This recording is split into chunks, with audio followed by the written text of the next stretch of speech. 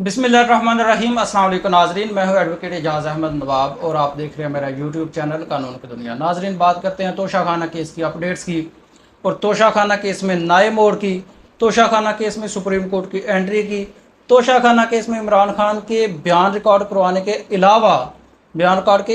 अलावा जो उन्होंने आज नया पता शो किया है, फाइनल पता खेल दिया है, ऐसा पता जिसकी किसी को उम्मीद ना थी, वो आज खान साहब ने खेल दिया है। और उसके बाद तोशाखाना केस में आइंदा दिनों में होने क्या वाला है।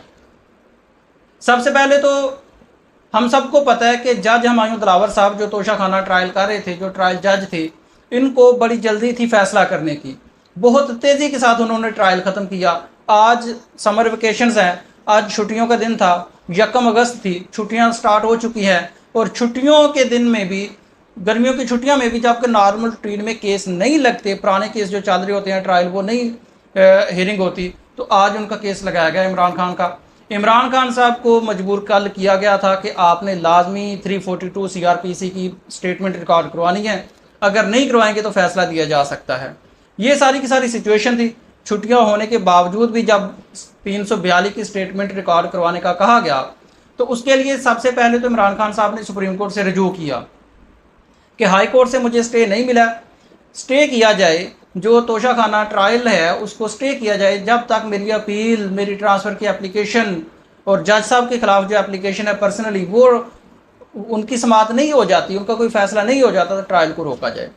सुप्रीम कोर्ट में आज उस एप्लीकेशन की हियरिंग तो नहीं हुई, लेकिन नंबर अलॉट कर दिया गया और उसको फिक्स कर दिया गया कल के लिए जज याह्या अफरीदी के पास और मुसर्रत हलाली जो डबल बेंच बनेगा सुप्रीम कोर्ट का, कल अभी उसमें हेयरिंग होनी है। आज खान साहब को ने 342 की स्टेटमेंट रिकॉर्ड करवा दी जज हुमायूं दिलावर के कहने पर, और उन्होंने जब स्टेटमेंट रिकॉर्ड करवाना स्टार्ट की तो ये भी कहा वकील ख्वाजा हारिस को कि ये मेरा और मुलजिम का यानी कि खान साहब का मामला है, आप पीछे रहने, आप चुप रहें, मैं सवाल करूँगा, खान साहब जवाब दें, जो मुनासिब होगा, जो उनके लम्हे होगा वो जवाब दें। इसके बाद खान साहब को सवालात करने शुरू किए, सवालात का खान साहब जवाब देते रहे। और खान साहब उन्होंने जो आज फाइनल पता खेला है, और उस पते से तोशाखाना के पहले जितने भी बयानिए थे वो सारे के सारे दफन हो गए। बाकी सवालात के जवाबात की तरफ मैं नहीं जाऊंगा। जो एक मेन जवाब है, जो एक मेन नया इशू आया आज, वो मैं आपको बताता हूँ। लेकिन उससे पहले मैंने आज सुबह एक वीलॉग किया था और सुबह आपको बताया था कि अगर खान साहब अपने इस ट्रायल में, अगर ख्वाजा हारिस साहब इस ट्रायल में टाइम गेन करना चाहते हैं, 5, 7, 10, 15, 20 दिन लेना चाहते हैं, तो उनके पास सिर्फ एक ही ऑप्शन है कि या तो सुप्रीम कोर्ट से स्टे हो जाए, और अगर सुप्रीम कोर्ट से स्टे नहीं होता तो वो नए गवाहन की तलबी का कह दें कि हमने फ़लाँ फ़लाँ गवाहन तलब करवाने हैं, उन गवाहन को तलब करें, उनकी एविडेंस रिकॉर्ड करें, उसके बाद इसका फैसला करें। तो वही हुआ।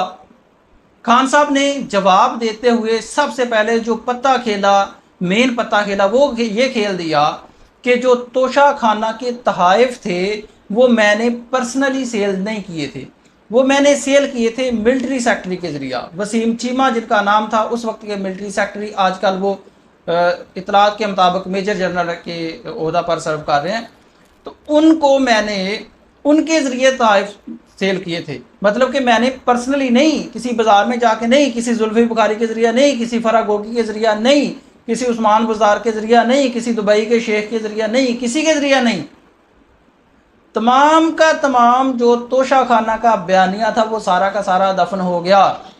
खान साहब ने एक जवाब दिया, सिर्फ एक लफ्ज़ बोला, सिर्फ एक सेंटेंस बोला कि मैंने तोशाखाना के तहाइफ मिलिट्री सेक्रेटरी के ज़रिया सेल किए थे।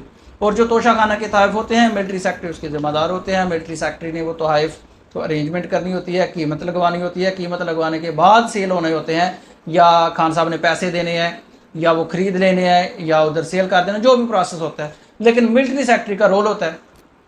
तो खान साहब ने कहा कि ये जो तहाइफ मैंने सेल किए थे उस वक्त के मिलिट्री सेक्रेटरी वसीम चीमा के ज़रिया सेल किए थे, आप उनको एज कोर्ट विटनेस बुला सकते हैं।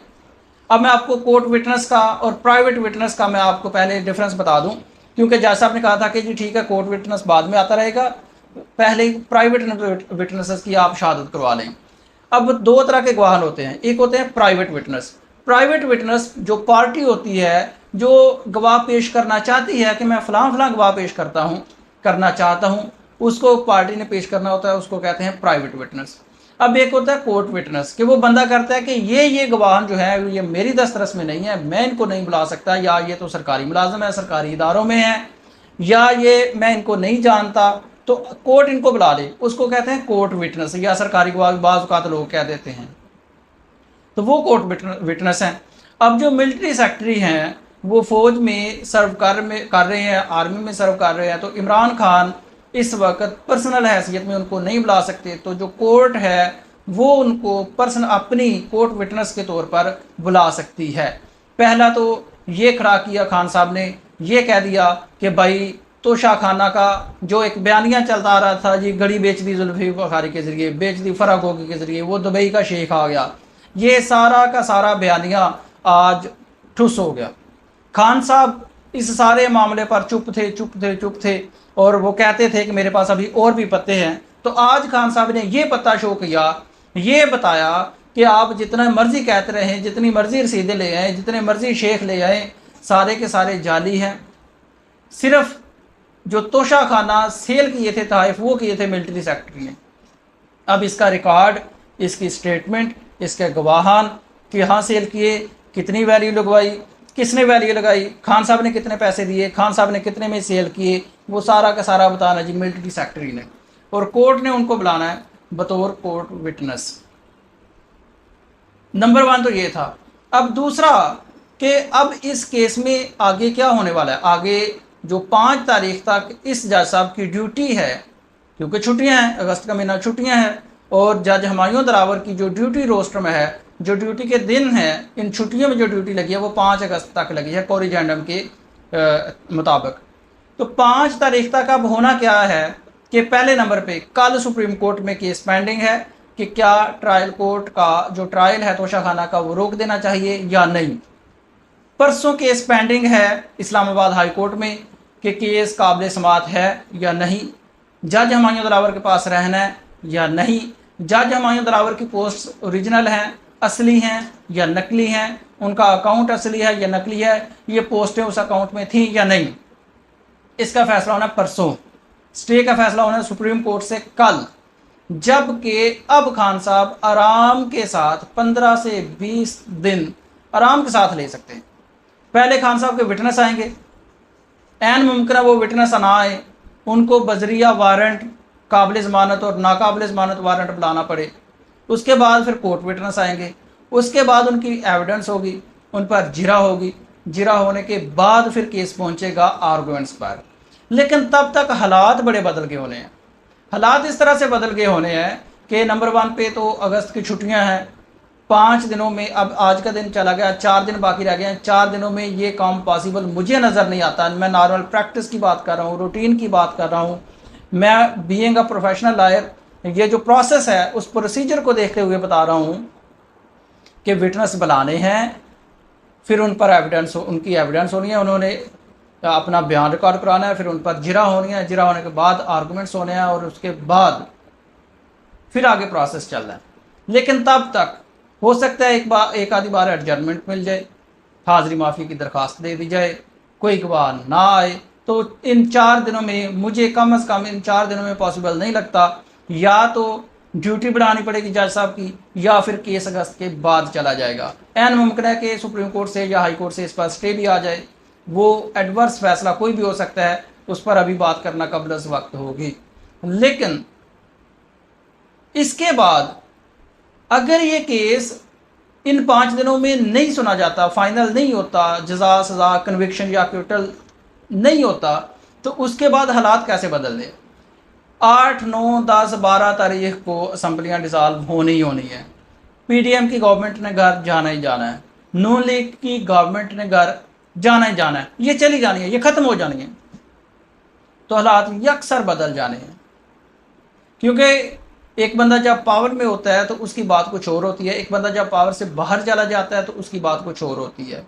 अताउल्लाह तारड़ साहब अब मशीर नहीं रह चुके होंगे अगस्त के बाद गवर्नमेंट के, तो अब वो मशीर की हैसियत में कोर्ट में नहीं आ सकते, गवर्नमेंट ऑफिशियल की हैसियत से कोर्ट में नहीं आ सकते।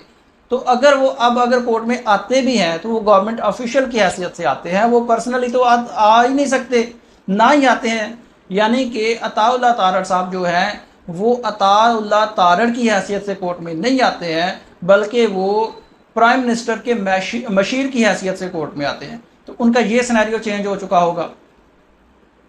अगस्त की छुट्टियां खत्म होने के बाद 1 महीना हो गया होगा, इलेक्शन सर पे होगा, हालात बदल गए होंगे, जहाँ पे डीले होनी होंगी वो डीले हो जाएंगी, जहाँ पर ढीलें होनी होगी वो ढील मिल जाएगी। ये सारे के सारे सिलसिले चलते आएंगे और हालात ये अक्सर बदल जाएंगे। लेकिन आज खान साहब ने एक जो पत्ता अभी तक नहीं शो किया था वो शो करके कि ये मेरे तहत सारे मिलिट्री कोर्ट के मिलिट्री सेक्रेटरी ने सेल किए हैं, वैल्यूएशन की है, सारा प्रोसेस उन्होंने किया है। तो वो जो एक बयानिया था तोशा खाना का वो आज दम तोड़ गया, तोशा खाना का बयानिया दम तोड़ गया। इसके बाद खान साहब को 15 से 20 दिन भी मिल जाएंगे। इस 15 से 20 दिनों के दौरान हाई कोर्ट का फैसला आ जाएगा। अगर अपील करना पड़ती है सुप्रीम कोर्ट तो सुप्रीम कोर्ट अपील हो जाएगी, ये सारा का सारा सिलसिला चल जाएगा। लेकिन 342 की स्टेटमेंट जो बड़ी ज़रूरी थी वो आज रिकॉर्ड करवा दी है, और उस स्टेटमेंट के रिकॉर्ड होने के बाद हालात बदल गए, केस का नया रुख बदल गया, केस में नया ट्विस्ट आ गया। तोशा खाना केस के जो बयानी थे वो भी दफन हो गए। अभी तक के लिए इतना ही। कल तोशा खाना में कौन सी अपडेट आएगी उसका तबसरा कानून के नज़र में ज़रूर किया जाएगा। तब तक के लिए अल्लाह हाफिज़।